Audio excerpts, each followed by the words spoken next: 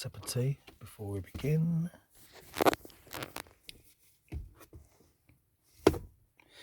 Initiation into Hermetics by Franz. Oh, pardon. I beg your pardon. Oh, there goes the bookmark.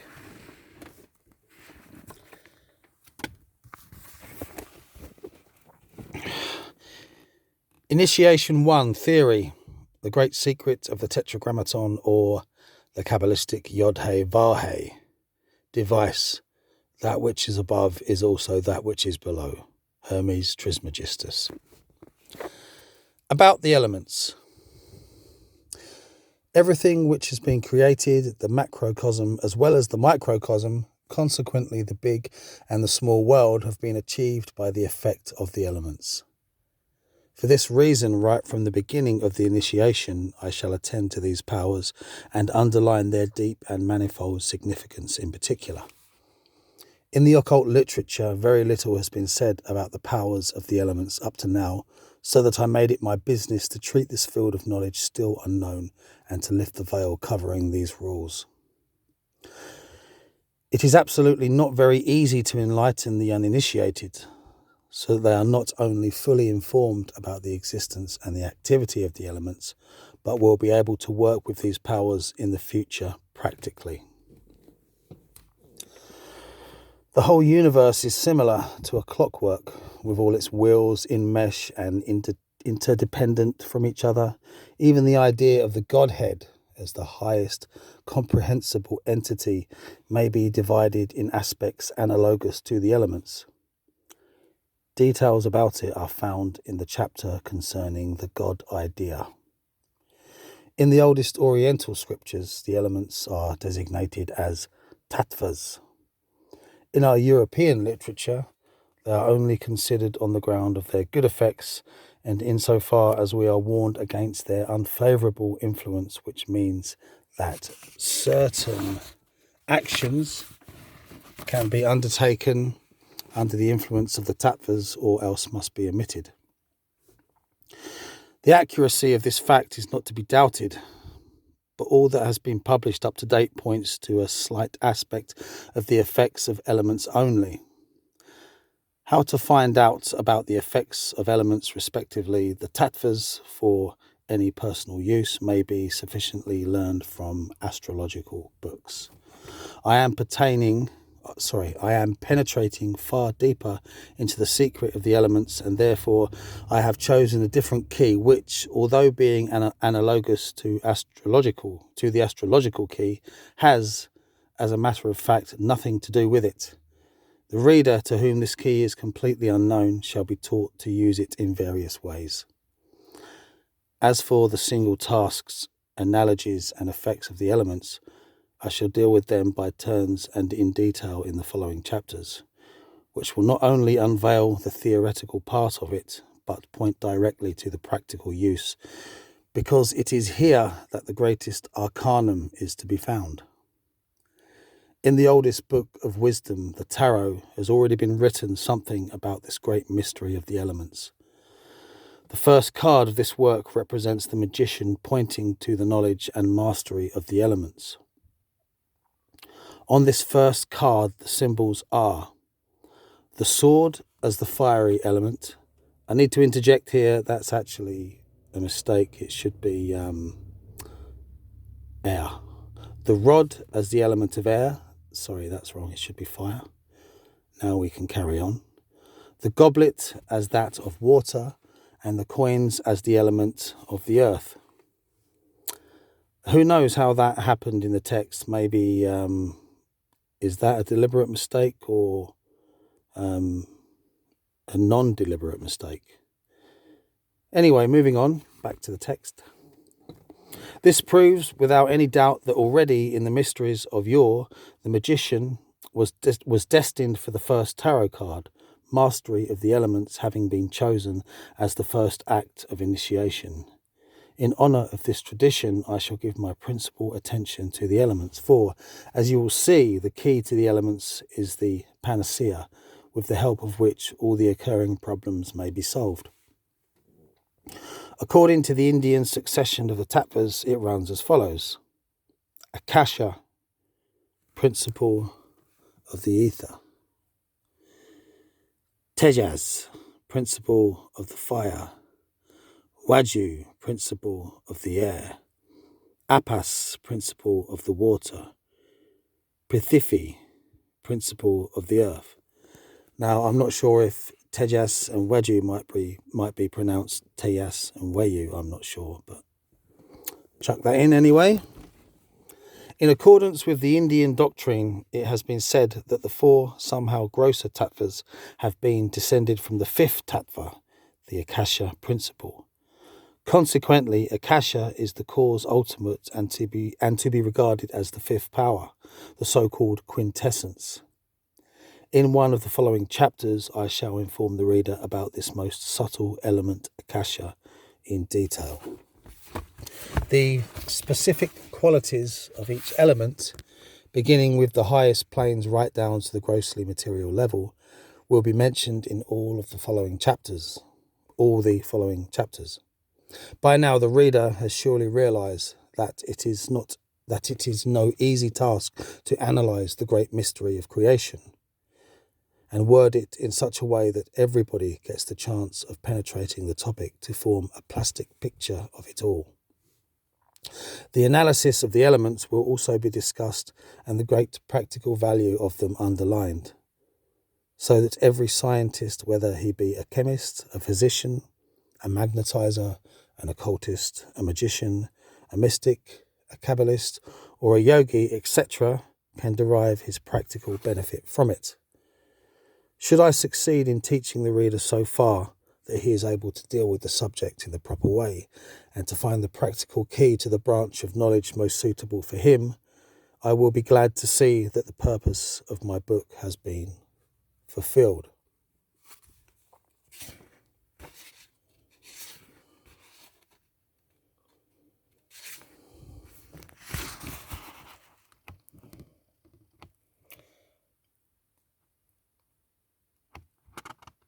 Right, we shall proceed to the four elements before we finish this particular installment. The principle of fire. As it has been said before, Akasha, or the etheric principle, is the cause of the origin of the elements. According to the Oriental scriptures, the first element born from Akasha is believed to be Tejas, the principle of fire. This element, as well as all the others, manifest their influence not only in our roughly material plane, but in everything created. The basic qualities of the fiery principle are heat and expansion. In the beginning of all the things created must therefore have been fire and light, and in the Bible we read, Fiat lux, there shall be light. The origin of the light, of course, is to be sought in the fire. Each element, and therefore that of fire too, has two polarities, i.e. the active and the passive one, which means positive plus and negative minus. Plus will always signify the constructive, the creative, the productive sources, whereas minus stands for all that is destructive or dissecting. There are always two basic qualities which must be clearly distinguished in each element. Religions have always imputed the good to the active and the evil to the passive side, but fundamentally spoken, there are no such things as good or bad. They are nothing but human conceptions. In the universe, there is neither good nor evil, because everything has been created according to immutable rules, wherein the divine principle is reflected, and only by knowing these rules we shall be able to come near to the divinity. As mentioned before, the fiery principle owns the expansion, which I shall call electrical fluid for the sake of better comprehension. This definition does not just point to the roughly material electricity in spite of its having a certain analogy to it. Everyone will realize at once, of course, that the quality of expansion is identical with extension. The elementary principle of fire is latent and active in all things created, as a matter of fact, in the whole universe, beginning from the tiniest grain of sand to the most sublime substance, visible or invisible. The principle of water. In the previous chapter, we have studied the origin and the qualities of the positive element of fire. In this chapter, I am going to describe the opposite principle, I say, the water. It is also derived from akasha, the etheric principle, but in comparison with fire, it has quite contrasting qualities. These basic qualities are coldness and shrinkage. The point in question are also two poles, the active one being constructive, life-giving, nourishing, and protective, whereas the negative pole, similar to the one of fire, is destructive, dissecting, fermenting, and dividing. As this element owns the basic quality of shrinking and contraction, it has produced a magnetic fluid. Fire as well as water are operating in all regions. According to the rules of creation, the fiery principle would not be able to exist all by itself if it did not conceal inside as opposite pole the principle of water. These two elements, fire and water, are the basic elements with the help of which all has been created. In consequence of these facts, we have everywhere to reckon on two main elements, moreover, with the electrical and magnetical fluids which represent the contrasting polarities. Tea break.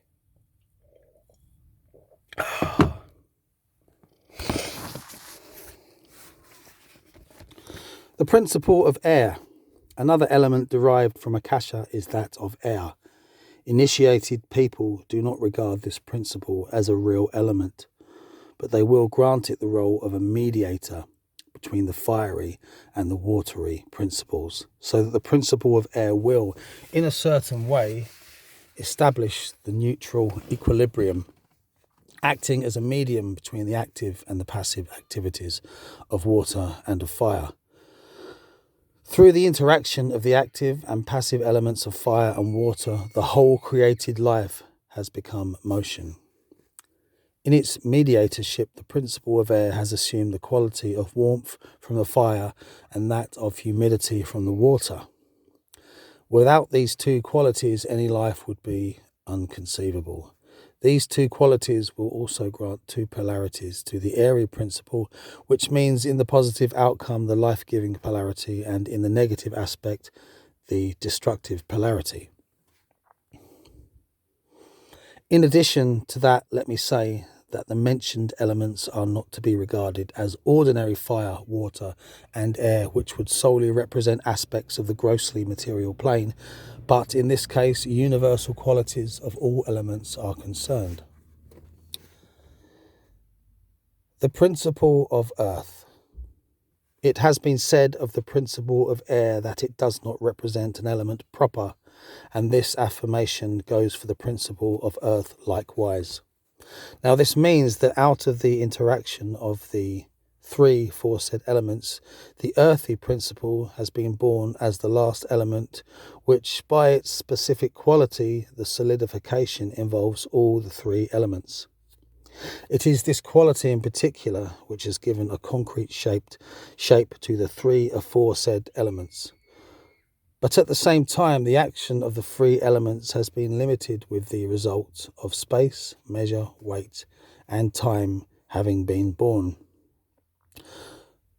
The reciprocal action of the three elements together with that of the earth thus has become tetrapolar, so that the earthy principle may be labelled now as a four-pole magnet.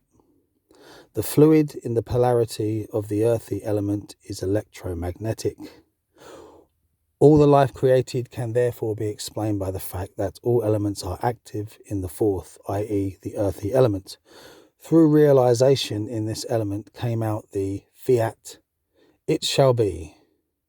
Details concerning the specific influences of the elements in the various spheres and kingdoms, such as the kingdoms of nature, of animals and of human beings will be found in the following chapters. The main point is that the reader gets a general impression about the workshop and the effect of the elemental principles in the entire universe.